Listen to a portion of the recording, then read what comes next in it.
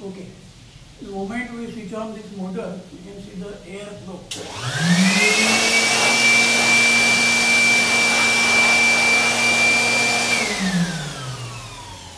On this air flow, if I hit the ball, it will go up and it will be at one equilibrium.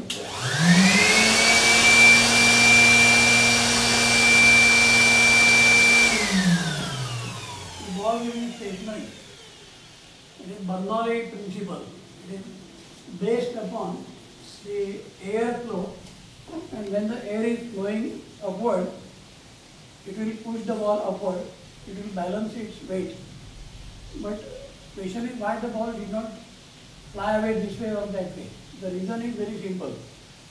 When ball will try to go in this direction, the air here is passing at high speed. So the pressure here is less. And comparatively here, velocity is less, so surrounding air will give more pressure from this direction. So the ball will be pushed in this direction. Now if the ball tries to go this way, air is here high speed, so less pressure, more pressure, so it will come back. So wherever ball will try to go, the surrounding air will keep on pushing the ball on the central maxima line. Now what is central maxima line? Axis of this pipe. So the ball will remain on the axis of the pipe.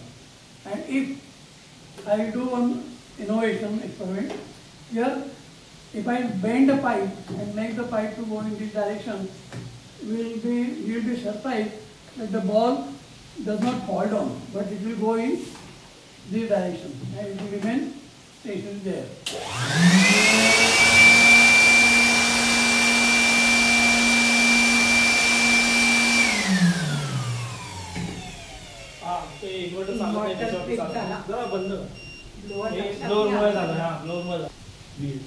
Yes. खाली बसून करूँगा. Okay. Start. See, this is very special instrument. It has got a glass bulb and tube connected by some curvature. And if I press the lower bulb, you will find that liquid rises up. It is rising up and going very high speed up. And if I press the upper bulb, you will find that the liquid is going down. Now you have to observe what events I am showing. See this, it is rising up and it is going at very high speed, right? And now I will make it to go down, it will go down. And now I will make a magic. I will keep it on the table and say, come on, start, rising up, white board. It will keep on rising up. Yes, it will keep on rising up. And now if I tell that liquid to go down, it will go down. Can you see this? Yeah, it is going down. It has gone down. Now I keep it on the table and come on, rise up. It will rise up. Yes. Very interesting. Now I keep in air and tell, come on, rise up. It will rise. It is rising, right?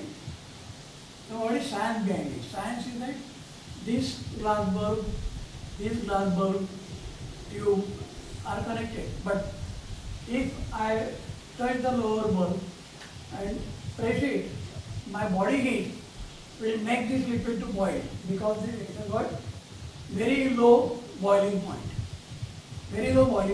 How much low? About 15 degrees centigrade. So that is very low as compared to our body temperature. Our body temperature is about 37 degrees centigrade. So 37 and 15 is not different. My body heat is enough to make the liquid boil here, and the pressure of gas will push the liquid up. Now what happens, if I touch the upper bulb and I press it, you will find that liquid starts coming down and it will come down. But if I keep it on the table and tell it will rise up, it will rise. because this upper bulb is cold and the lower bulb is hot. See, the difference of temperature makes the liquid to rise up. Now this liquid which is rising up because in the upper bulb and in lower bulb there is partial vacuum. Now what is partial vacuum?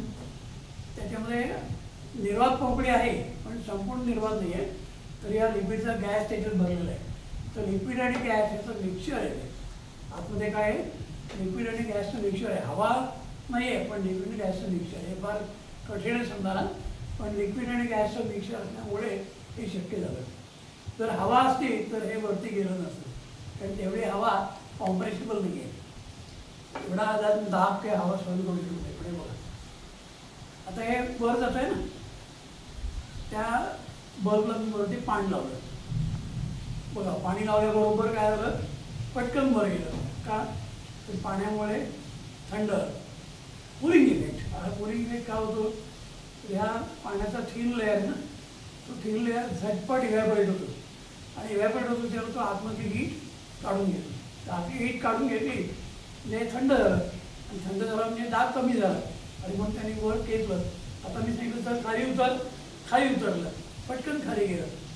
आणि आता मी परत ठेवलं आणि चल वरती चढ, चल वरती चढ, चल वरती चढ. काय ऐकतं बघा, it is going up, it is going up and it will go on rising and rising, and it is like magic, but there is no magic, it is science, and it is on boiling point.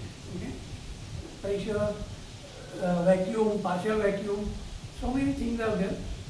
Note that the liquid will not come down unless I make it hot, upper bulb hot, it will not come down. But if it is kept like that, it will rise up because it is very cold. Now if I do the reverse, keep this hot and keep this cold, in that case the liquid will not rise. The liquid will not rise. That is very interesting. You can see it now. Now it will not rise. Oh, it's still rising because that upper one is not very cold. I should make it dry. If I make it dry, then only it will be hot. Yes, it should be hot. Okay. Anyway, this is called a Love thermometer. LOV, Love. THERMOMETER. Thermometer. We are by just pressing it, it goes up. That is Love thermometer. Thank you. This is one very interesting source of light. It is called a tube light, and this tube light is very narrow, small, very slim. It is removed from the scrap. It is a part of a scanner, old fashioned. And this scanner for making Xerox and all that. You can use this with a 12-volt supply that is using this mobile flat battery. And one circuit is there which generates thousands of volts, high voltage, to make this glow. And this has wonderful line spectrum because the element is there, line spectrum like hydrogen, and we can hold the film in front of it. You can see that in this film, the camera is somewhere. Can you see the color lines? Camera? Yeah, can you see it near? Can you see the second order? First order, second order. Now can you see wide spectrum? येत आहे का कॅमेऱ्यामध्ये? येत आहे बघा, जरा horizontal पकडा, थोडं वरती घ्या कॅमेऱ्याच्या समोर. हां, ओके, येत आहे का? Fine. So this is line spectrum because it is element. Spectrum of an element is line spectrum, and you can see beautiful color lines, and in total darkness you can count various lines and they are having different colors. For example, red is there, orange is there, light green, dark green, blue, violet, so many things are there. We can make the tube light off and we can switch off. Oh yeah. Okay. येत आहे? इकडे बघा, या साईडला बघा, या साईडला बघा, येत आहे? Yes. You will observe that secondary spectrum is broad spread, but primary is not broad. but primary is bright and secondary is faint. So you make it perfectly horizontal and you can see the camera towards camera. Can you see the color line separation? Yes? Okay? Are you getting the lines? Yes. Yes, okay, fine. So we have beautiful color display, and that is possible only because of very special thin film called as diffraction grating. It has got 1000 lines per millimeter. In 1 millimeter span, very small distance, there are 1000 lines in this thin film, and that is very special. It is imported from America, and it is used for spectral study, optical study. You can see this colorful spectrum. Okay, stop. तुमच्यासमोर हा एक sale आहे, lithium ion battery, rechargeable battery आहे, आणि इथे हा एक LED आहे, 3 वोल्टचा LED आहे, 3.2 वोल्ट दिले, डायरेक्ट ग्लो. हा 3 वोल्टला ग्लो होतो डायरेक्ट, व्हेरी ब्राईट. आणि याचा स्पेक्ट्रम कसा आहे बघा आता. You can see the spectrum. That spectrum is just beautiful colours. Can see the colors. Dominating colors are blue is there, green is there, red is there, and red green superimposition. You can see the yellow. Yellow also is seen there. Yeah, you are able to see the yellow also, but blue, green, and red. These are the primary colors, and this spectrum is not a line spectrum. It is a band. You can see the color bands, right? You can see the color bands. You take it near or take it away. Okay.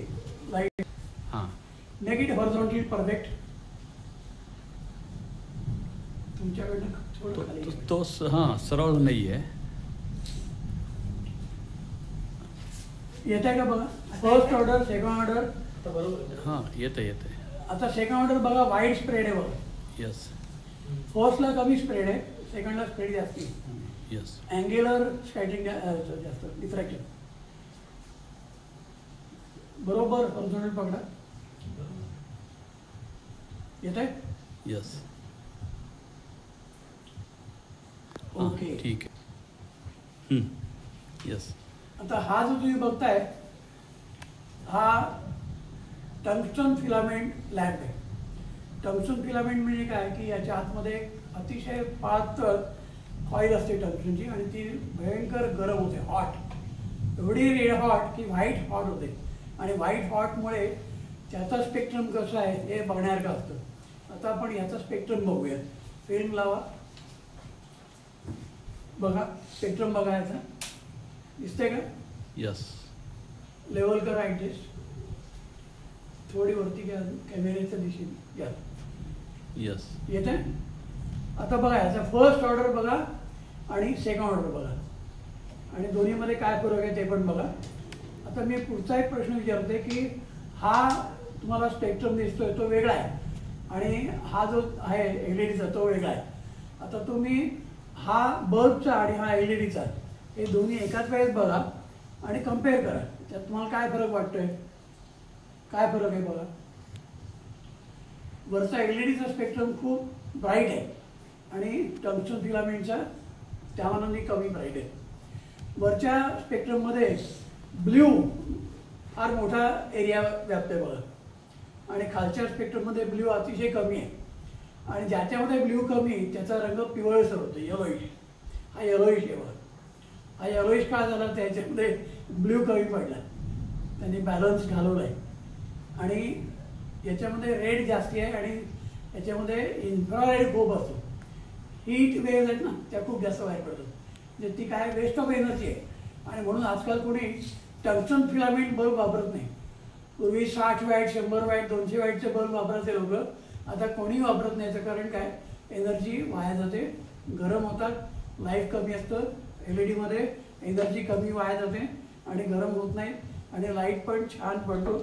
नीट बघा LEDचा फरक आणि दिव्याचा फरक. एक मुद्दाम दाखवत आहे की दोन स्पेक्ट्रममधला फरक तुम्हाला कळला तर तुम्हाला आनंद होईल. कळतंय का फरक? वरच्या आहेत बघा ब्ल्यू जास्ती आहे आणि खालच्यामध्ये ब्ल्यू अगदी कमी आहे बघा. ओके लाईट तर लांबनं तुम्हाला एक दिसतंय का बघा. या ready. You can see there are 2 blades. Now why I taken blades? Because blades are stainless steel and they have no rusting, no chemical damage.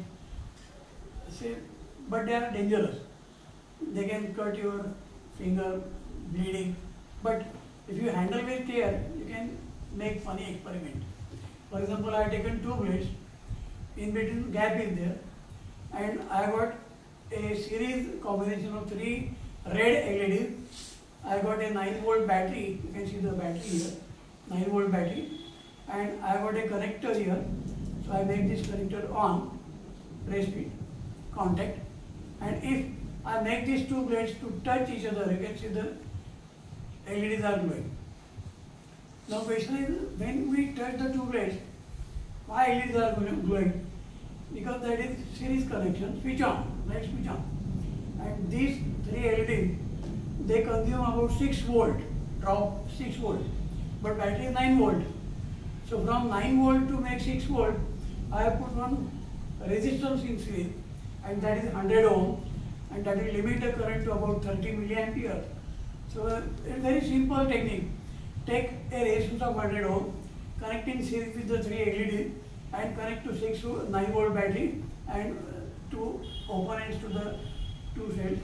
And if I take some water, ordinary water, maybe drinking water, and put the blades in the water. Can you see the LEDs are glowing? Now what does it indicate? It indicates that my water is conducting. Water is conducting? Yes. Water contains salts and they get ionized. So ions. If you take very, very pure water, distilled water, then you won't get that. LEDs will not glow. But if you take ordinary water, it will have some ions. It will have conductivity. Now I do one simple experiment. I got a common salt here, table salt, that is called NaCl. I take some salt, put in water and dissolve. And then I put the blades. You will find that my LED will glow very high intensity. Now we have to answer my question why. Why adding a salt will give a glow of large intensity? Yes. I put some salt and now I am going to stir it by some instrument. Okay, by finger also I can do it. And I got dissolved. And now you can see. Can you see the difference? What is the difference? Bright intensity. They are glowing very high. Now this glow is more because my sodium chloride will give Na plus and Cl minus ions. And these ions will contribute for the current flow. Very basic experiment. Very simple fundamental fact. Now I ask you a question. Instead of salt, if I take sugar, ordinary cane sugar, and mix it, will it show the same glow? You have to answer yes or no. And if yes or no, you have to explain why. And that you can do by yourself, experiment. Okay, thank you. Yes, start. हा एक plasma discharge load आहे, plasma light आहे आणि त्याच्याजवळ मी हा tester आणला. बघा काय होतं, टेस्टर पेटतोय का? लाईट ऑन करा. टेस्टर पेटतोय बघा, दिसतंय?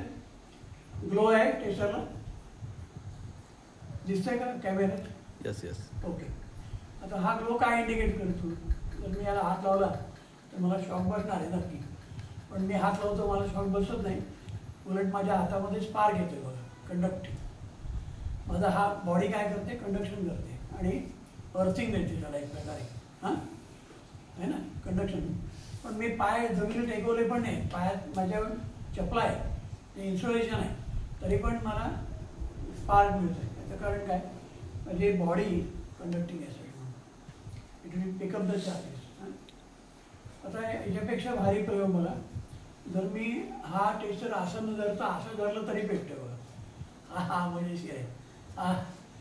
असा पेटतो याचं कारण याच्यातनं एनर्जी बाहेर पडते, याच्यात येते आणि ते ग्लो होते. आता माझ्या एक असा टेस्टर आहे की जो जवळ आणला तरी पेटतो.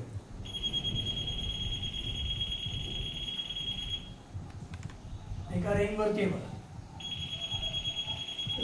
खूपच भारी टेस्टर आहे. त्याला म्हणतात कॉर्डलेस टेस्टर, वायरलेस. आणि हा वायरलेस टेस्टर आहे ना, तो मी या वायरच्या जवळ आणलं तरी पेटेल.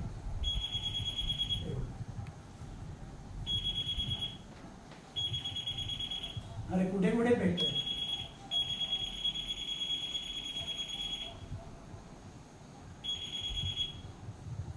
रेंज आहे, एका रेंजमध्ये पेटतो. हा रिमोट सेन्सिंग करतो. रिमोट त्याच्यामध्ये जे काही इलेक्ट्रोमॅग्नेटिक वेव्ज आहेत त्या हा पिकअप करतो आणि डिस्प्ले देतो. आता मी एक निऑन लॅम्प घेतला हातात आणि तो पेटवला. बघा पेटतोय का? अरे वा, फार छान. निऑन लॅम्प पण पेटतो. निऑन पण माझ्याकडे छोटी निऑन ट्यूब पण आहे आणि ती पण पेटते. बघ माझ्याकडे एक छोटी ट्यूबलाईट आहे, ती पण पेटते. बघ लाईट ऑफ करा. दिसते का ट्यूबलाईट पेटलेली? आता मोठी ट्यूबलाईट पण पेटेल. बघा लाईट ऑन करा.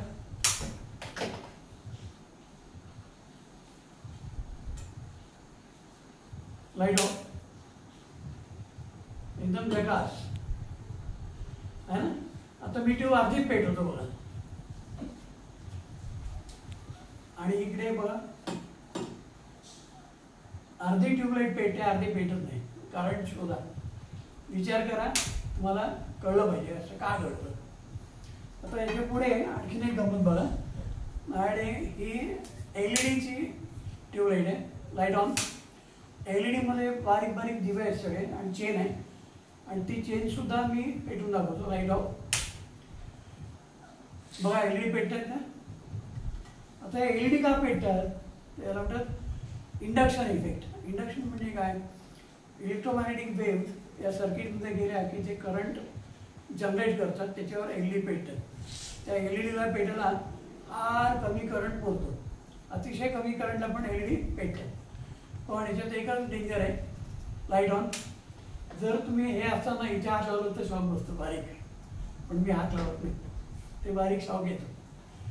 आता हे एक मजेशीर बघा. हा ग्रीन लाईट. Light of. आता हा ग्रीन का पेटतो हा प्रश्न नॉर्मली कोणी पण विचारेल, का ग्रीन का पेटला. त्याचं उत्तर मला नेटवरती शोधायला मिळालं. या ट्यूबच्या आतमध्ये क्लोरीन वायू भरला आहे. Chlorine Cl. आणि हा क्लोरीनचा जो ग्लो आहे तो ग्रीन ग्लो असतो. Very interesting. बँगल, हिरवी बांगडी आहे, ग्रीन कलरची आहे. आणखीन वेगळे कलर घेतले तर तुम्हाला आणखीन वेगळे हे मिळू शकतील. आता मी काय करतोय बघा. मी याच्यावरती एक फॉईल ठेवली. या तू ये इथे हात लावा. काय होतंय का? नाही. आता असं बोट आणि वरून काय होतं? परत लावा.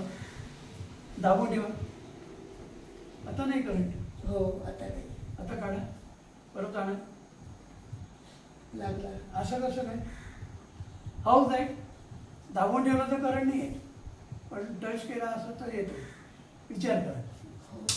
याचं कारण सांगतो मला. हा ही जी फॉईल आहे एरिया ही मेटल प्लेट आहे. ती कपॅसिटरचं काम करते. कपॅसिटर म्हणजे काय? एक प्लेट चार्ज होते आणि त्या मेटलवरती भरपूर चार्ज आहे. आणि जेव्हा मी बोट आणतो तेव्हा माझ्या बोटावर सगळे चार्ज उड्या मारतात. तुम्ही जर नीट बघितलं तर इथे तुम्हाला बारीक स्पार्क पडतो. बोटाची स्पार्क येतो. मॅडम तुम्हाला बघायचं आहे. या इथे हात लावा. शॉक नाही. इथे हात लावा. दाबून ठेवा. आला थोडासा. हां दाबून ठेवल्यावर शॉक नाही. नाही पण करंट बघा स्पार्क येते बघा. आहे. आता हात काढा. यात तुम्हाला एक कळलं की यातले सगळे चार्ज जेव्हा माझ्या बॉडीत जातात तेव्हा मला शॉक नाही बसला. मग आता प्रश्न असा आहे की एवढे चार्ज माझ्या बॉडीमध्ये गेले तरी मला शॉक बसला नाही, याचं कारण काय? त्याचं कारण असं आहे की यातनं जो करंट जातो तो काही मायक्रो ॲम्पियर करंट आहे, 1, 2, 4, 5 मायक्रो ॲम्पियर छोटा करंट आहे. आणि इतका छोटा करंट आहे की तो मी सहन करू शकतो. Our body can conduct. ते फार लोकांना कळत नाही, पण our body can conduct. For example तुम्ही कधी टेस्टर वापरलात ना लाईट AC मेन्समध्ये घालून, तर असं इथे आपण टेस्टर घातला तर इथे हा टेस्टर पेटतो आहे बघा. आता हा पेटतो म्हणजे काय, तर आपण टच करतो तेव्हा तो पेटतो. तुम्ही टच केला नाही आणि दुसरा ठेवून द्यायला टेस्टर पेटत नाही तो.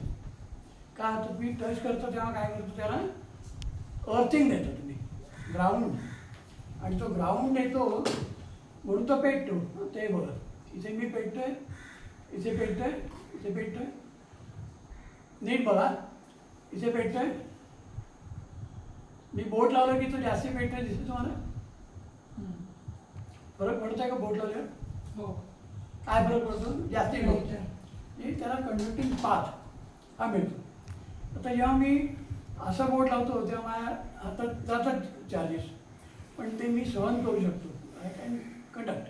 पण जेव्हा मी मेटल ठेवतो वरती तेव्हा त्याच्यावरती भरपूर स्टॅटिक चार्ज तयार होतो वरती. आणि ते स्टॅटिक चार्जेस जे आहेत ना ते हा ॲक्च्युली AC आहे, अल्टरनेटिंग करंट आहे. ते प्लस मायनस असं होत होतं. पण याच्यामध्ये फ्री इलेक्ट्रॉन भरपूर आहेत मेटलमध्ये.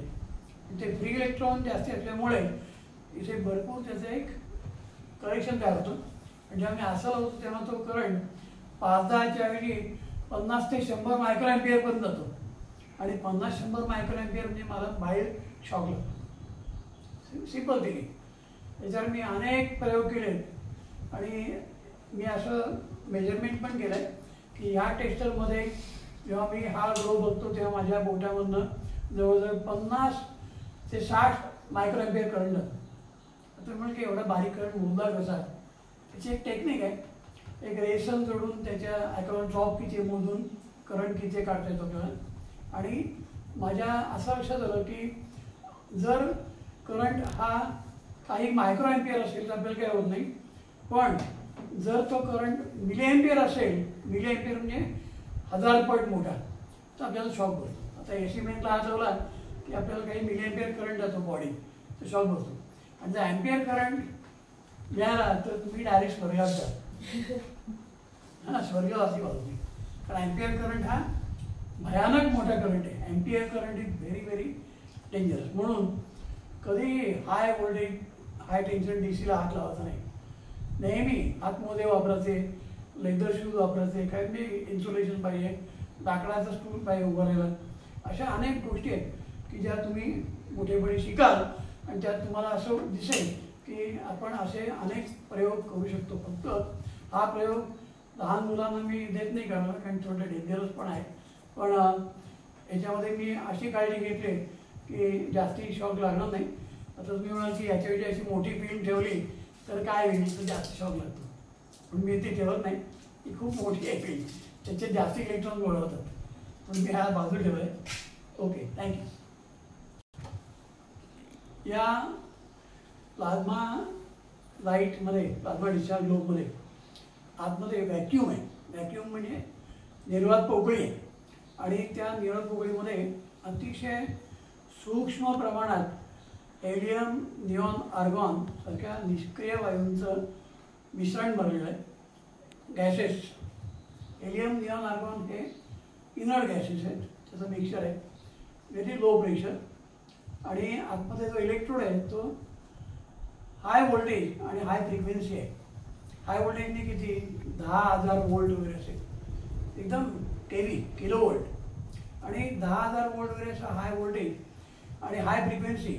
फ्रिक्वेन्सी किती आहे, about 30 to 40,000 cycle per second. 30 to 40,000 cycles per second he frequency मोजली ऑन द ऑसिलोस्कोप सिग्नल घेऊन. आणि ऑसिलोस्कोपवरती जेव्हा मोजली तेव्हा मला असं कळलं की हाय व्होल्टेज हाय फ्रिक्वेन्सी कसं जनरेट करतात. तर उत्तर आहे की आतमध्ये टेस्ला कॉईल आहे. ते टेस्ला कॉईल असं एक सर्किट आहे की ते तुम्हाला high voltage high frequency generate करतं आणि ते असेल तरच तुमचा प्लाझ्मा लाईट ऑन होतो. तुम्ही घरी हे बनवू शकत नाही कारण ते सर्किट कॉम्प्लिकेटेड आहे, छोटं आहे, कॉम्पॅक्ट आहे, पण मार्केटमध्ये अवेलेबल आहेत हे ग्लोब, पण ते लहान मुलांनी वापरू नये कारण चुकून जर तो पडला फुटला तर डेंजर आहे. डेंजर म्हणजे काय, त्यामध्ये इम्प्लोजन होईल. इम्प्लोजन म्हणजे काय की आतमध्ये व्हॅक्यूम आहे ना, फार सगळं आतमध्ये कोलॅप्स येईल आणि ते तुकडे काचेचे डेंजरस, ते उडाले इकडे तिकडे तर जखमा होतील. म्हणून मी शक्यतो मुलांना हात लावून देत नाही, पण एखाद्या लहान मुलांना विचारलं की मला हात लावायचा आहे तर मी त्याला ये सांगतो आणि बघ तुला आवडतं आहे त्याला पण हात लाव, तुला मजा वाटेल. आणि मग ते लावतात हात आणि त्यांना असं बारीक स्पार्क येतो, तेव्हा त्यांना कळतं की आपल्या हातात करंट येतो आहे. दोन गोष्टी लक्षात ठेवायच्या, एक म्हणजे हाय व्होल्टेज आणि दुसरं म्हणजे हाय फ्रिक्वेन्सी. हा DC नाही आहे, हा AC आहे. AC म्हणजे काय, अल्टरनेटिंग करंट. DC म्हणजे काय, डायरेक्ट करंट. DCमध्ये प्लस मायनस कॉन्स्टंट राहतो आणि AC चेंजिंग राहतं. तर इथे तुम्हाला high voltage high frequency AC आहे आणि काच ही बॅड कंडक्टर आहे. एवढी बॅड कंडक्टर आहे की माझ्या हातामध्ये फार कमी करंट जाऊ शकतो. ते जर मेटल असेल इथे तर मग मेल असते मला, कारण ते भयानक हेवी करंट येईल. नशिबाने काच कशी आहे, व्हेरी बॅड कंडक्टर. एक थिन लेअर असणार ना काचेचा तरी त्याचा रेझिस्टन्स हा मेगा ओम्स म्हणजे several thousands of mega ohms, thousands of mega ohms एवढे हाय रेझिस्टन्स असतो. त्यामुळे आपल्याला कमी करंट येतो. म्हणजे लक्षात काय ठेवायचं, glass is very bad conductor of electricity. पण thin layer of glass can conduct. आपण लव थर्मोमीटर बघितलं की हाताची बॉडीची हीट पण आत जाते, म्हणजे ती हीट कंडक्ट करते ग्लास, पण केव्हा thin layer. Very thin layer can conduct heat but not current. Current carry करत नाही. Okay, thank you. Yes. Start. एक जादू, हा जादू, मॅजिक. मी तुझा फोटो घेतो बरं, पुढे इथे स्माईल स्माईल. अरे वा, छान फोटो आला आहे ना. आता हे काय गंमत आहे, नुसतं असं केलं की स्पार्क पडतो. हे असं कसं काय शक्य आहे. When I make this up and down and getting glow. त्याच्यामागे विज्ञान असं आहे की ही एक कॉईल आहे, त्या कॉईलमध्ये तांब्याच्या तऱ्हेचं जे बेटोळ आहे ना त्याच्यात 3000 टन्स मारले मी. 3000 टन्स इन वन वाइंडिंग. हे वाइंडिंग आहे ना मी हाताने केलं, घरी केलं. पातळ तारे आणि मोरले, ॲक्च्युअल मोरलेत आणि साधं टेफ्लॉनचं स्पून आहे, टेफ्लॉन टेप असतो त्याचं एक गुंडाचं रीळ आहे. पण असं केलं की लाईट काय येतो, तर ह्याच्या कॉईलच्या आतमध्ये एक पॉवरफुल मॅग्नेट आहे आणि तो मॅग्नेट हवेत तरंगतो. आता हवेत तरंगतो कसं काय, how A magnet can float in air. तर तुम्ही असं विचाराल की असं कसं मॅग्नेट तरंगतो हवेत. उत्तर आहे, खाली एक मॅग्नेट तुला वर ढकलतोय, त्याला रिपल्शन आहे, आणि वरती एक मॅग्नेट तुला खाली ढकलतोय. हे माझ्याकडे एकूण 3 मॅग्नेट आहेत. एक वरती आहे, एक खाली आहे आणि एक मध्ये. आणि मधलं मॅग्नेट कसं आहे, अजांतरी आहे, हवेत तरंगतोय. आणि तो हवेत तरंगतोय ते मी सिद्ध करू शकतो. कसं काय बघा, आता मी वरती चाव्या लावल्या, चाव्या चिकटल्या. का चिकटल्या, तर याच्या आतमध्ये मॅग्नेट आहे. पण असं काही नाही, याच्यात पण मॅग्नेट शकतो रे, पण हे मॅग्नेट नाही आहे मला माहिती आहे, म्हणून मी सांगतो की हा मॅग्नेट नाही आहे पण हा मॅग्नेट आहे. आता जर मी इथे लावलं तरी पण चिकटतंय का, इथे पॉवरफुल मॅग्नेट आहे, इथे पण आहे. आणि जर मी मध्ये ठेवली तरी पण चिकटते का, तर या कॉईलच्या आतमध्ये मॅग्नेट आहे, तो त्याला खेचून गेला. म्हणजे माझ्या असं लक्षात येतं की 1, 2, 3 या 3पैकी 2 मॅग्नेट फिक्स आहेत आणि एक आहे तो मुवेबल आहे. आता फिक्स आणि मुवेबल म्हणजे काय की 2 जागा सोडत नाहीत आणि एक जागा सोडतो, म्हणजे एक वर खाली होतो. जेव्हा आम्ही असं जोरात करतो तेव्हाच ते ग्लो होतं. म्हणजे असं हळू केलं तर होत नाही ग्लो. आता सांगा का होत नाही ग्लो, विचार करा की असं हळूहळू केलं तर ग्लो होत नाही, पण असं केलं की होतं. त्याच्यामागे साधं सायन्स आहे. Rate of change of flux with respect to time, म्हणजे वेळेअनुरूप चुंबकीय बलरेषांचा बदल. आणि हे हायस्पीड केलं तर थोड्या वेळात जास्ती मॅग्नेटिक फ्लक्स लिंकेज येतं आणि म्हणून करंट जनरेट होतं. हे मायकेल फॅरेडेने हे सिद्ध केलं, प्रयोग केले, थिअरी मांडली. Faraday's law of electromagnetic induction, जे विद्युत चुंबकीय प्रवर्तनाचा नियम. आणि हा विद्युत चुंबकीय प्रवर्तन नियम जो आहे तो मायकेल फॅरेडेने अनेक प्रयोग करून मग तो मांडला आहे. त्यामध्ये फार मोठी तपश्चर्या आहे, त्यामध्ये फार मोठा अभ्यास आहे आणि वर्षानुवर्ष अनेक प्रयोग केल्यावर मग असं काहीतरी नवीन आयडिया तुम्हाला मिळतं. पण हे बनवायला तसं सोपं नाही, कारण 3000 टर्न्स मारायच्या आणि ते बरोबर एक बसवायचं. अर्थात माझं दुसरं एक मॉडेल जे मी ट्रान्सपरंट घेतलं आहे, त्यात तुम्हाला मॅग्नेट दिसतो वर करताना आणि वरचा आणि खालचा मॅग्नेट काढता येतो, तुम्हाला दाखवता येतं. पण हे कॉम्पॅक्ट मॉडेल आहे, ते जरा मोठं आहे. पण हे तुम्हाला कळलं असेल की अगदी साधं सोपं पण फ्लॅश. आणि जर अंधार असेल तर खूप छान पेटतं. लाईट ऑफ करा. हां, हे बघा, अख्ख्या खोलीवर उजेड पडते बघा, केवढा उजेड आहे. मी अंधारात फोटोग्राफी पण करतो अशी. चला, लाईट ऑन. आवडला का प्रयोग? येस. ओके.